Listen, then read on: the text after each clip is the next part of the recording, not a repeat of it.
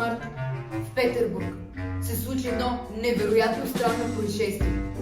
Бръснарят Иван Яковлевич, който живееше на Вознесенския проспект, се събуди доста рано и подуши мирис на топъл хляб. Като се повдигна леко над кревата, той видя, че съпругата му, достопочтенна дама, която много обича да пие кафе, изваждаше от печката току-що опечени хлебчета. Днес Праскови Осипов нас няма да пие кафе. А вместо това ми се иска да хапна топла питка с лук. Тоест Иван Яковлевич би искал и едното, и другото. Но знаеше, че е съвсем невъзможно да се искат две неща отведнъж, тъй като Праскови Осипов никак не обичаше такива прищевки. Нека глупакът яде хляб, за мен е по-добре. Ще остане още кафе. И хвърли една питка на масата. От приличие Иван Яковлевич облече на тризата си фрак. Седна на масата, взе хляба и като направи многозначителна гримаса, почна да чупи питката. Като я разчупи на две половини, той погледна в средата и за свое очудване видя, че нещо се белее. Иван Яковлевич разчоплил пипа с пръст. Твърдо! Какво ли може да бъде? Пъхна пръстите си и измъкна един нос! Нос! Наистина нос!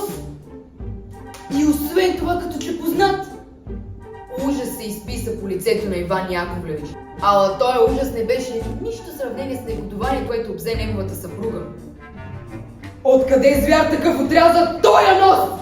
Викна му тя гневно. Мошенник, пияница, а сама ще те обада на полицията. Разбойник неден.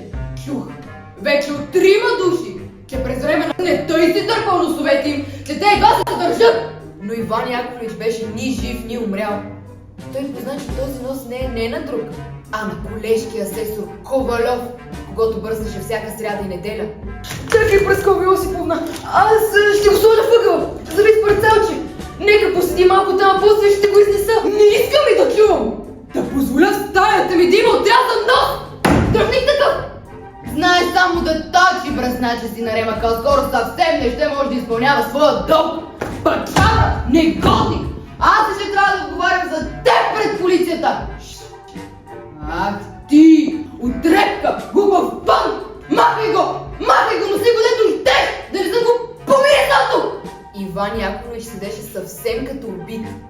Той мислеше.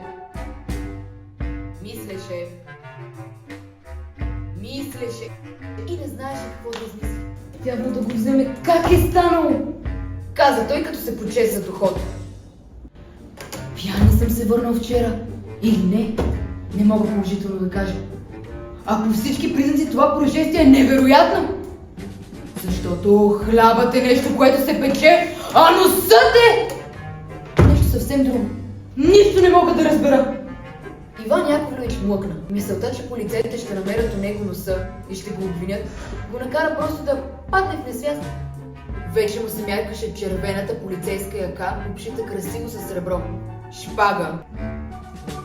И той затрепера с цялото си тяло.